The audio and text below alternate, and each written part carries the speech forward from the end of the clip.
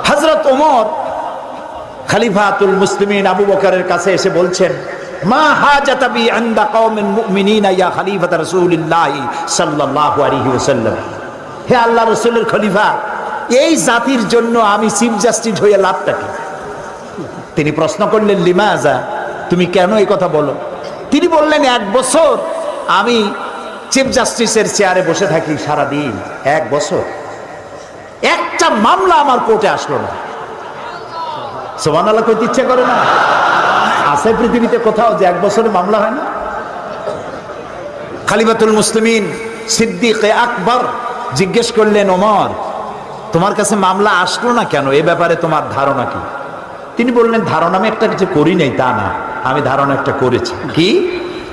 তিনি বললেন, আপনি আমাকে যে কওমের চিফ জাস্টিস করেছেন তাদের দিন হচ্ছে দিন হুমুন নাসিহা, তাদের দিন হলো ভালোবাসা, প্রত্যেকে প্রত্যেকের কল্যাণ কামনা করে। আমি যদি রব্বানী সাহেবের কল্যাণ কামনা করি, উনি কি আমার অকল্যাণ কামনা করবে? আমি যদি শাহাবুদ্দিন সাহেব তাকে যদি কল্যাণ কামনা করি, উনি আমার সাথে শত্রুতা করবে? তো প্রত্যেকেই প্রত্যেকের কল্যাণ কামনা করে, সেই জন্য মামলা হয় না।